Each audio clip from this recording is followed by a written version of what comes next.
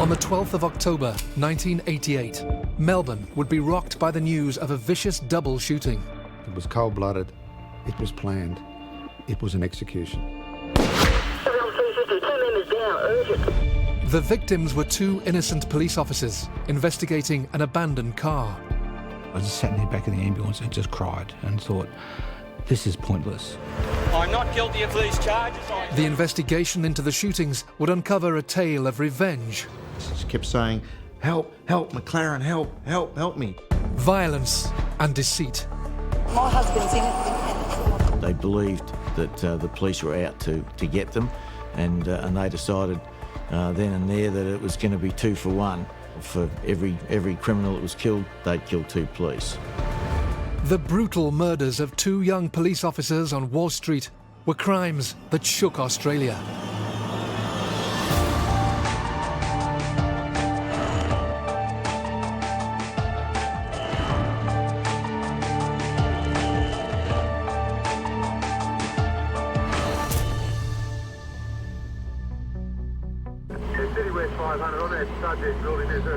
Melbourne in the 1980s for a detective was probably the most volatile it's ever been. If I look back, it was almost like a Western movie where you'd shoot first and ask questions later. That was the behaviour of the police back then, because they were quite often confronted with very, very violent men. The vast majority of criminals still had a begrudging respect for the police. But with some of the armed robbery crews, they felt that they were in a competition with another gang, and that gang was the armed robbery squad. There'd been bombings of police, there'd been shootings of police. Police felt they were in some ways under attack. There's been a second explosion. Units, stay away from the area. These groups would case banks, sometimes have inside information, and they would hit them with military precision.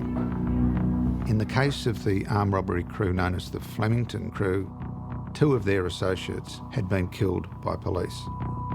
The police were told at that point that the Flemington Crew had started to suggest that they'd been targeted and that they were going to fight back. It was then they learned of what was called the 2 for 1. You take one of our people, we'll take 2 of you. It was in this brooding and volatile atmosphere that the seeds were sown for one of the most tragic incidents ever to befall the Victoria Police. To try and combat the spate of increasingly violent crimes, Victoria Police's armed robbery squad began to focus their attention on key figures in Melbourne's underworld. The armed robbery squad had been targeting a number of criminals. They went out on the 11th of October to make an arrest on a fellow called Graham Jensen. And that really started a bleak period in Victoria's history. Graham Jensen was a charismatic and violent criminal. Jensen was wanted in relation to the attempted murder of a security guard. They followed him to an area in Narre Warren and they more or less bungled the arrest. As a career criminal, he was wanted for many things, but the arrest that day at Narre Warren was for something he didn't do. Police chasing him, fired at the car, fired through the back windscreen and hit him in the head, killing him instantly. To Melbourne's armed robbers, the death of Graham Jensen was viewed as nothing less than an execution by the robbery squad detectives. Their threat to avenge the death of one of their own by killing 2 police was about to become very real. Graham Jensen was very close to Victor Pierce, who was the main organiser for the Flemington Crew. As soon as his crew knew that Graham Jensen had been killed by police, they believed it was murder, and they responded in kind. There was grief and there was anger, and very quickly they started to plan revenge. Later that evening, there was a gathering of all of his friends in this apartment in Brunswick. and the flat was owned by Victor Pierce's sister. A number of his friends turned up there and were getting the news that Graham had been shot dead. They were putting together a piece of their puzzle. Of course, crooks' puzzles aren't necessarily always correct. They believed that the police were out to get them, and they decided then and there that it was going to be 2 for 1. For every criminal that was killed, they'd kill 2 police.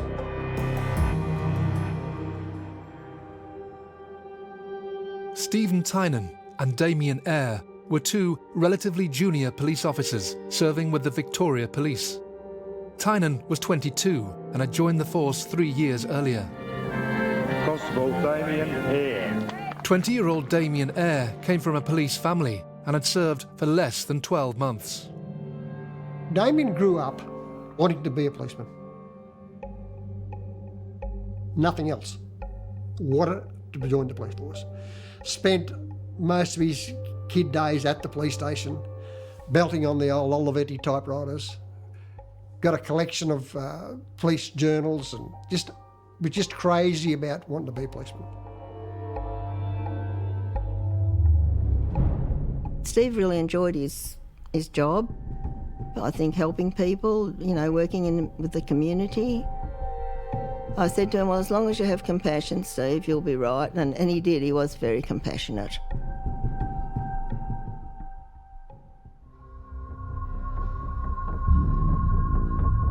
The 2 young police officers were based at Paran Police Station, the district headquarters for Melbourne's inner-city suburbs.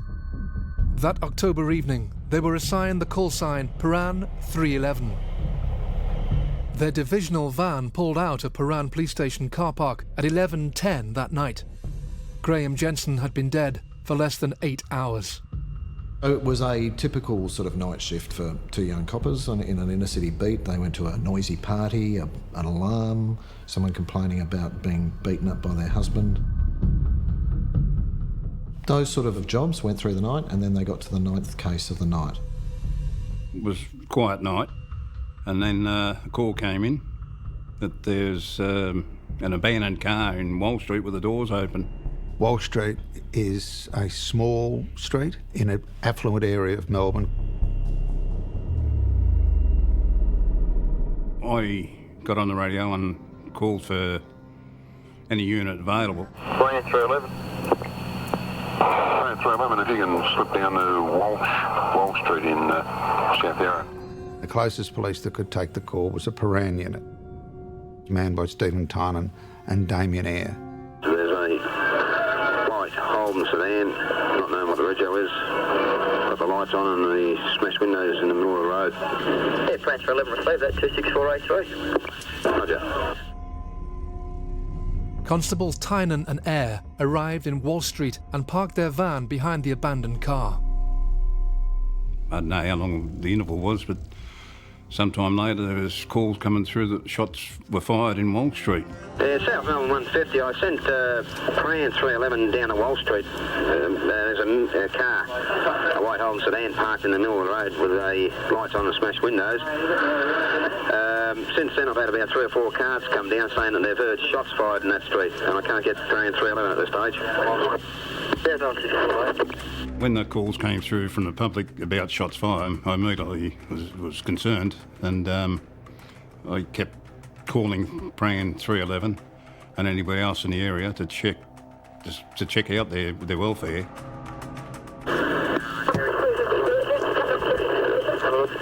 Unit calling? 350, 2 members down, urgent. Roger, need an ambulance? 50, urgent, yes, ambulance, please, 2 members down. City West 250, affirmative. It was cold-blooded, it was planned, it was an execution.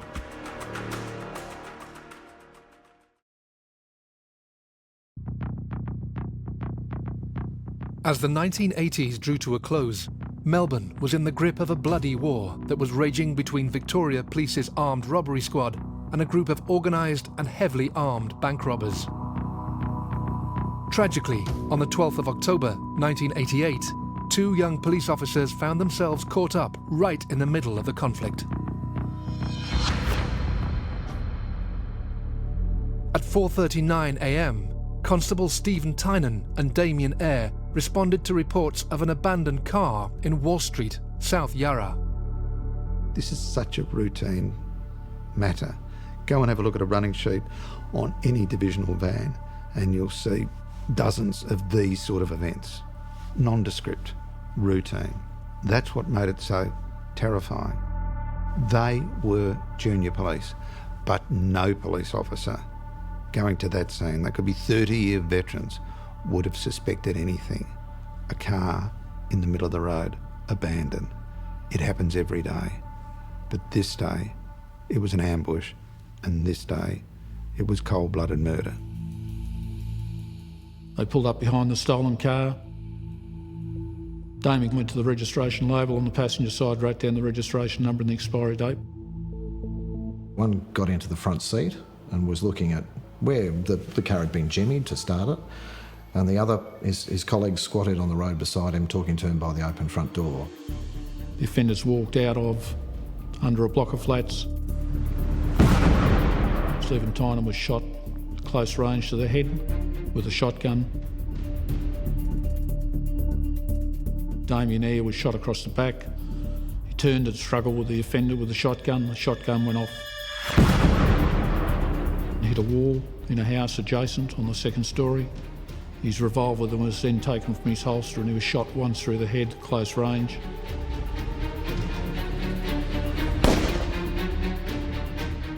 And when he fell to the ground, he was shot through the back and side that perforated his heart.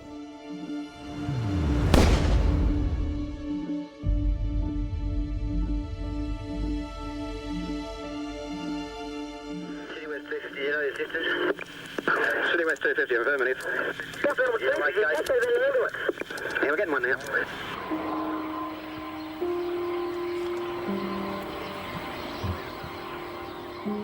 When we first arrived, there were a number of police units already on scene. We were the first ambulance crew to arrive and followed shortly after by an intensive care ambulance. The first officer I attended to was Steve Tynan. He'd been shot in the back of the head with a shotgun. The second officer, Damian, had been shot in the back with shotgun from some distance. So then we've, more so for the sake of his mates, we've intubated Steve and scooped him up and took him to Prince Henry's Hospital, and the other crew took Damian to the Alfred Hospital, where they were both unfortunately pronounced dead on arrival at hospital.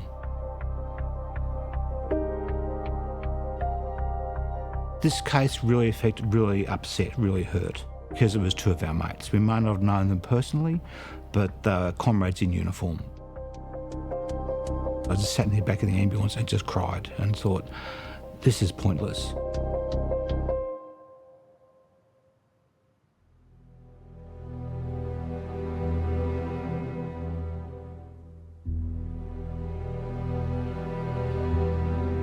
Now, while police had to keep an open mind, straight away, the first and the strongest theory was this is a payback for what happened just 12 hours earlier. As detectives mobilised and began the daunting task of investigating the murders of two of their own, it was immediately apparent that they faced a challenging case. Unfortunately, when you go to crime scenes, particularly from a homicide point of view, invariably a lot of those scenes have been contaminated. They're not protected the way you would like to. The scene for Walsh Street was one of disarray, disorganised, and it hadn't been protected the way in which we wanted it to be. We'd had bodies moved and the crime scene contaminated by probably emotions overriding judgment, which was probably humanly understandable, but from an investigator's point of view, very troublesome for us to try and reconstruct what had actually taken place. Meanwhile, other officers were sent to carry out a much more difficult task. I remember just standing still in front of the TV because I heard about this police shooting, and then going to bed after that. And then the next morning, hearing a knock, I looked out and saw two police. So, that was them coming to tell me about it. Yeah, it was about, probably 4:30 in the morning, a bit after. There was a knock on the door, and immediately something wrong. They told me that there'd been a shooting and said that he and Steve Tynan were dead. So we jumped in the police car and went to Melbourne.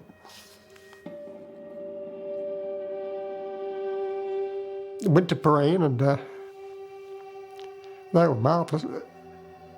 Sorry.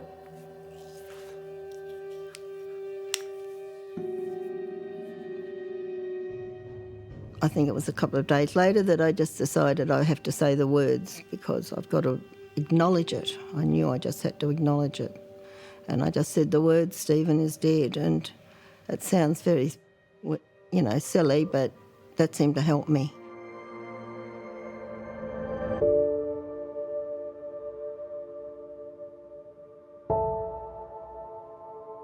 As the task force, now named Eyre in memory of the fallen officers, began to assemble, they were well aware of the pressures they were under. The outpouring of grief and outrage from the general community, from the Premier down, was really impacted on the whole community. And within the police force, there was anger and there was a line in the sand. You cannot do this. We need to find these people. When police are killed, the public would be quite right to think that the police would react with all guns blazing, so to speak. They would pull out every stop to make sure that they caught the culprits. With the Walsh Street killing, it was probably a little bit different. Police command took the approach that they didn't want the police reaction to Walsh Street to be seen by the public as anything over and above what they would do if it was to ordinary members of the public. Setting up of the task force was a frustrating period. I was the homicide squad at that stage. It wasn't until 10 days afterward that we were actually given any resources whatsoever. They didn't have computers, they didn't have analysts, so all these information reports were coming in, all this intelligence was coming in, all these police wanted to help, but there was really no way of marshalling the intelligence. Despite these challenges, the task force was making progress, and to the detectives, the same names were being mentioned, names they were well aware of. The notorious bank robbers known as the Flemington Crew. Jensen was a member of the Flemington Crew, and as a result of him being killed, that was certainly one motive. This theory received at least partial corroboration when officers checked the records of unsolved crimes involving shotguns. One case in particular stood out: an armed robbery at the Oak Park Bank in March 1988, 7 months before the murders. 3 robbers went in and immediately the security screens came down, so they needed to get through the door. They had a sledgehammer, that didn't work, so they fired 2 shots into the door, and that produced shotgun shells that had special markings on them when they were ejected and left. So when forensics came along after the bank robbery, they were there to pick up. At the scene of Walsh Street, shotgun shells had been fired, and it was a shotgun where each time you fire a shot, the shell pops out and it lies on the floor. It was dark, so they weren't picked up by the killers. So forensically, they were examined, and what was special about these shotgun shells was not the mark that fired it, but it's the scratching as they came out of the gun. And those scratchings as they came out of the gun in Walsh Street were identical to those scratchings on the shells in the Oak Park Bank. It was the same gun. There was a direct link now between a gang of bank robbers and the Walsh Street murders.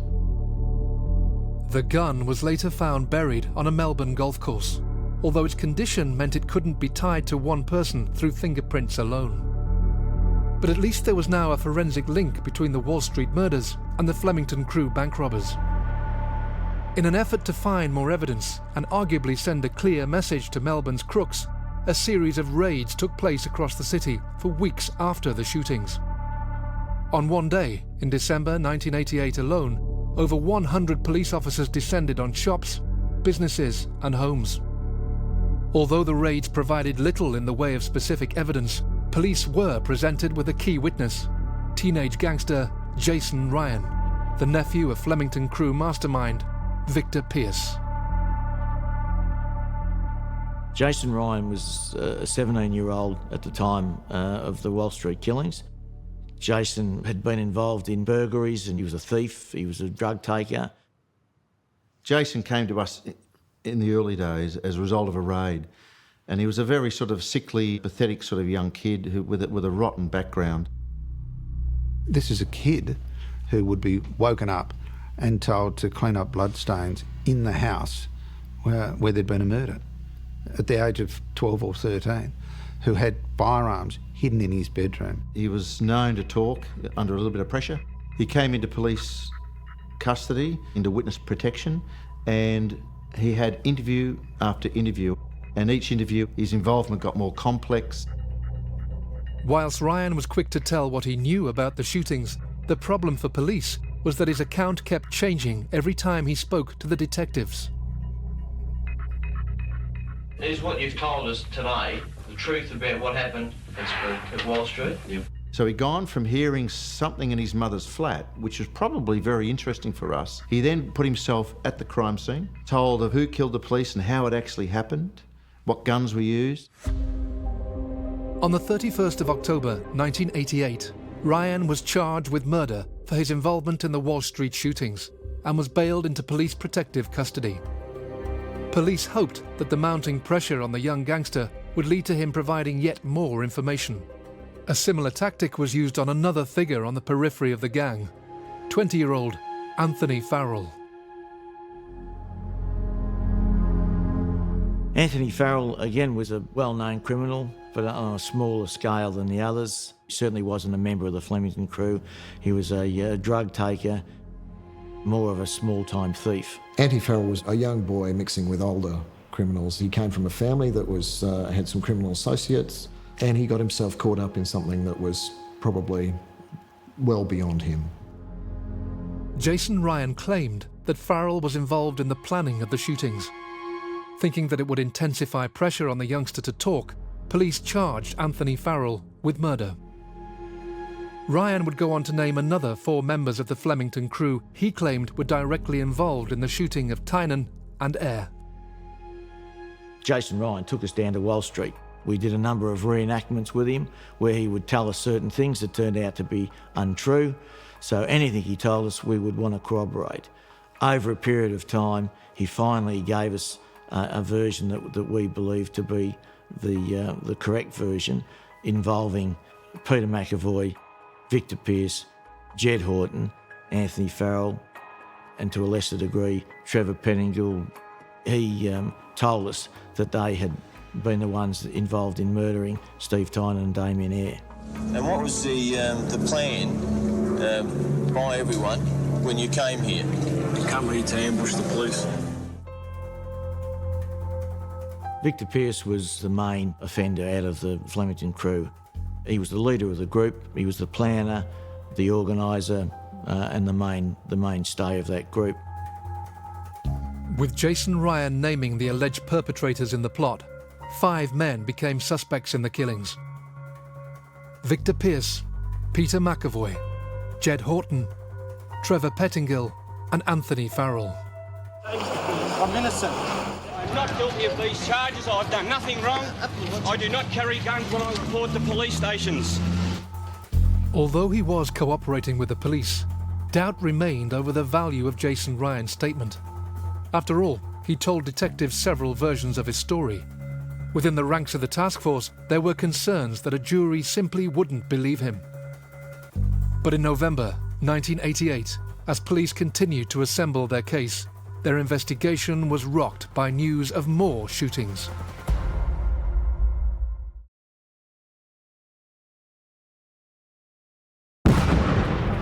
Unified. Everyone 350, 2 members down, urgent. With Melbourne still reeling from the brutal murders of 2 young police officers on Walsh Street in October 1988, the task force formed to identify the killers were desperate to find the missing pieces of the puzzle that would lead to convictions. 5 men, Victor Pierce, Peter McAvoy, Anthony Farrell, Trevor Pettingill, and Jed Horton, were the prime suspects in the murders. Horton was a violent bank robber, and police were convinced he had a major role in the murders. But he had disappeared. When police tracked him down to a caravan park a month after the shootings, they moved in to arrest him. He'd been hiding out in Bendigo. He'd still been active in his armed robberies right up until Walsh Street. He had 7 firearms in the caravan at the time the police tried to effect the arrest. He raised a weapon, tried to shoot the SWAT guys coming in through the door. Shots were fired. All the shots that were fired were police rounds. Jed Horton was shot dead. That killing caused further resentment and anger in the underworld, who thought that it was just a way of levelling the score. There was controversy in the killing of Jed Horton, absolute controversy. Front page news all around Australia, police kill another one. And it was controversy that I guess that in hindsight, it was warranted. Everyone went out in open arms, screaming and yelling abuse at the police. It was probably the most heated part of the entire investigation was the killing of Jed Horton. But there was worse to come. There was one more shooting, and that was Gary Abdallah. Gary Abdallah was a known associate of the Flemington Crew, a convicted car thief who police believed had also been involved in bank robberies. In his statement, Jason Ryan had implicated Abdallah, claiming the 24-year-old father of one actually provided the getaway vehicle on the night of the shootings. We believed that he had critical information that could certainly involve Victor Pierce, Peter McAvoy, Jed Horton in particular, and that he had supplied a getaway vehicle for them. With the police activity intensifying, Abdallah went to ground. He was eventually traced by the Walsh Street detectives, but his interview yielded no clues. 2 months later, Gary Abdallah was shot and critically wounded by police. He was arrested by police not connected with the Walsh Street Task Force. He was taken back to his flat. They would give sworn evidence that he produced what they thought was a firearm and pointed it at the police. One of the police then emptied his 6-shot Smith & Wesson revolver and then grabbed his colleagues and fired another shot. Abdallah suffered fatal injuries. He lived for a number of days before he died. The firearm that Abdallah is alleged to have pointed at the police was a replica. It wasn't a real gun. So there was much angst over this. Why would someone do that? For the task force, Gary Abdallah's death meant another potential source of information about the Walsh Street murders was lost. Despite the confidence in their case against the remaining suspects, police were desperate for another source of information that would help secure a conviction. They would find it in the most unlikely of places. Just for the record, could you just please state your full name? Wendy Margaret Pierce. Wendy Pierce was the wife of Victor Pierce. She'd been a member of the family for a long time. She was certainly an avid supporter of the Flemington Crew. She certainly assisted in the preparation of many of their offences. She enjoyed the spoils of what they did. She lived the life of a gangster's wife. He committed armed robberies. He went to work like you and I. Every morning he'd get up and he'd go out, and it would be, today might be surveillance of banks. Tomorrow might be getting firearms, and Thursday might be actually doing the job. And she would cook tea and he'd come home and he would confide. She was considered to be an incredibly valuable person to us. If we could roll her over, potentially she would have been, without doubt, the best Crown witness or the best rollover witness we could ever hope for. Wendy Pierce's life was crashing down. Her husband Victor was now one of the prime suspects in the Walsh Street murder case, and he was facing years in prison for other armed robbery offences. Sensing she could be exploited, police tried to persuade her to turn against her husband and his gang. Her husband was jailed. She found it really hard to live by herself. Police started raiding her house again and again and again. She got into a fight and spent 10 weeks in jail. Her husband was locked up. Her house had been taken by police, and she was very vulnerable. And at that point, police started talking to her. That no one's forced you to No, I'm here on my own freedom. Come with us. Yes. Wendy Pierce made the approach to the task force. She was prepared to talk and did tell exactly what happened the night of Graham Jensen, the discussions, the reaction by Victor and other criminals that she was aware of to the news that Graham had been killed. She was aware of the discussions in regard to the payback. She was with Victor that night. She was able to give evidence of Victor leaving and returning some early hours of the morning after the shooting of Steve Tynan and Damian Eyre. I've been married to Victor for 13 years. I've always been an alibi for Victor. So Cole McLaren was central to Wendy Pierce becoming a Crown witness and giving evidence. He worked and worked and worked on Wendy and was the one who convinced her to come over and give evidence. But she wasn't falling off the edge just yet. She needed another little bit of a push. I found some love letters between Victor and one of her friends to show that Victor had been unfaithful to her. So she was livid and she was on the edge. We had her on the edge of rolling over. Someone saw Wendy talking to detectives and that put Wendy at risk. And she came very close to, she believes and police believe, being killed with a hot shot of drugs. I rang Wendy and she answered the phone and she's all blurry and she just kept saying, "Help, help, McLaren, help, help, help me." Straight away I knew we had trouble, and then the phone went dead. I told my boss, David Sprague. He flew over there with other detectives and an ambulance. She was found with remnants of a syringe and she was under the influence of high potent heroin. Police managed to get her before she died and started to put her into witness protection and talk about her giving evidence against her family, her husband's friends. And at a point in that journey, she made a decision to turn and to talk. Finally, she made a statement of 31 pages where she actually identified Victor as the main perpetrator of Walsh Street. She became the star witness. I made that statement because I was scared, because if I didn't, Victor would kill me. He would have killed me. So what are you saying? You lied and you supplied Victor George Pierce with an alibi that night when in actual fact the truth is different. Yep. She told this vivid story about how her husband, how Victor, had said he was going to kill 2 cops because of Jensen. Right. What is the truth? The truth is, Victor did get out of bed that night. He did leave the motel. I heard him go and I heard him come back. She said that Victor had gone out that night, later returned and was cold, and I think there was some evidence she gave that he'd said that he'd whacked the jacks. Victor got up and I said, where are you going? He said, I'm going to make macaroni to knock the jacks and kill Graham. Which is our young boys, of course, Tynan and Eyre. So she was incredibly valuable to us. She was, unlike Jason Ryan, our ticket to success on this. We had to preserve her, we had to look after her and make sure we held on to her all the way to the trial. We had the wife of one of the key killers here who was telling us the facts. By July 1990, police had amassed enough evidence to charge 4 men with the Wall Street killings. Peter McAvoy, Victor Pierce, Trevor Pettingill and Anthony Farrell would face justice in court.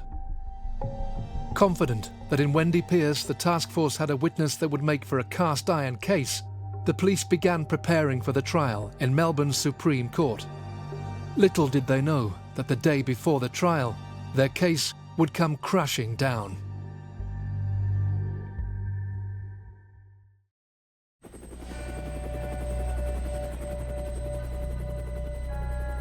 The Eyre task force had been assembled in the wake of the cold-blooded shooting of 2 young police officers, Constable Stephen Tynan and Damian Eyre. As 1990 came to an end, and with court proceedings looming, the detectives on the task force were about to find out if almost 2 years of hard work had been worth it. We had a good, strong prosecution case, but you can never tell until till the trial exactly what's going to happen. So we never got ahead of ourselves. The case largely relied on evidence from two key individuals who had given statements to the police. The first, Jason Ryan, was a young gangster who told police various versions of what he thought happened on the night of the killings. He had initially been charged with murder, but those charges were withdrawn 10 weeks before the committal hearing. There was a real concern within the task force about how the young criminal would be viewed by a jury. The second crucial witness was Wendy Pierce, the wife of Victor Pierce, the man police believed was the leader of the gang responsible for the killings. When Wendy first started talking to police, before she really spilled the beans, police worked deliberately to butter her up, to be nice to her. They gave her nice hotels, they looked after her, they treated her, spoiled her a bit. They went on boat trips, yacht trips out on the bay. It was a really nice life. Wendy liked it. She actually became very affectionate with at least one of the police. And she felt like very special. But ultimately, with witness protection in those days, it's not Acapulco where you end up. It's public housing in a pretty dreary sort of life. And I don't think Wendy was really looking forward to being yesterday's flavour of the month. Meanwhile, Victor and the family, through third parties, were just getting to her all the time saying, it's okay, you can come back. She wasn't under constant surveillance, she wasn't under constant care by the police. The police gave her far too much latitude, so she was able to make calls, she was able to go visiting people, have people visit her. She gave evidence at the committal and she starred. She went straight through it. She stuck to her story. The police were really confident. And then comes the pre-trial argument. She gets up and says it's all a lie. Victor didn't do it.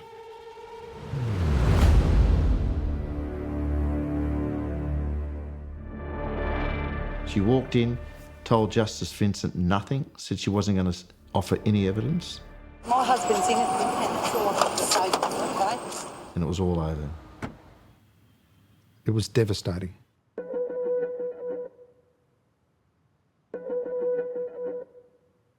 Wendy Pierce had spent 18 months in witness protection at a cost of around $2 million. Now, her statements were worthless. There was a strong move to put her in the box and make her a hostile witness. The prosecutor refused to do it, so she didn't give evidence. I don't know why Wendy essentially turned the way she did. I suspect someone got a message to her from her husband saying that she'd been forgiven, and she accepted that. And certainly after the case, they got back together. So she trusted her instinct and she got away with it. Whatever the reason for Wendy Pierce's change of heart, the Crown's case was fatally compromised.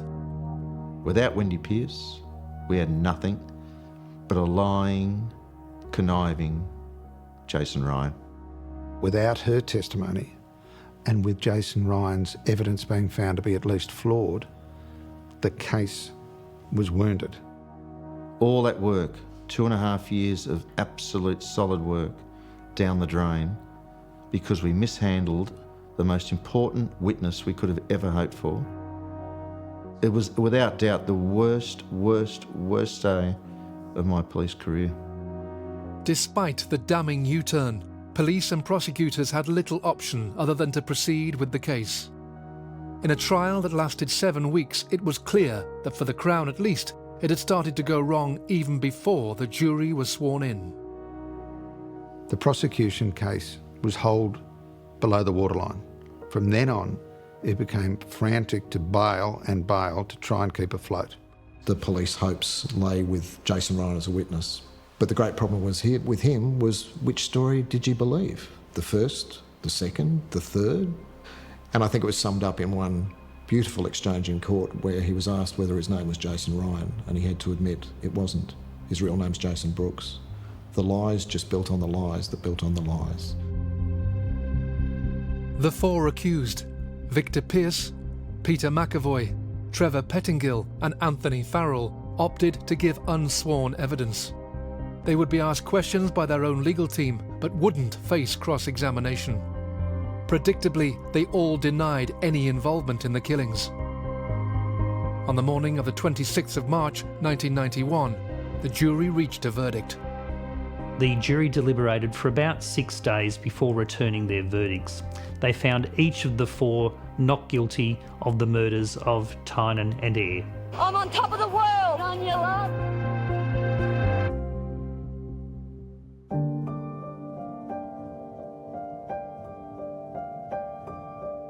When I heard that those 4 persons had been acquitted of that murder, I was very, very pissed off. And it's only because of the lies that were told. Doesn't matter how good your investigators are and how good a job they do, there's always these little things that can happen. I can remember coming out of the court, but I can remember standing on the steps and saying there's a higher justice, and I just knew it. I mean, these are 2 young men, wonderful young men that had 50 years maybe in front of them, and someone can just go out and do that and get away with it, obviously. How can you feel? Steve Tynan and Damian Eyre deserve better than that. The families deserve better than that. The community deserve better than that. We all know what happened, but we didn't prove that beyond reasonable doubt in the jury's mind. When the verdict was announced, the accused were yelling from the dock, and particularly loudmouth Gutless McAvoy was up there yelling abuse. To give you an idea of the emotions, that when the word came out that there was an acquittal, D24 sent a message to all units. Announcement to all units, the verdict in the Walsh Street trial was all 4 not guilty, repeat, not guilty. All units are warned, keep yourselves in control. They never found them innocent, they just found them not guilty. It meant in their minds there wasn't sufficient evidence to find them guilty.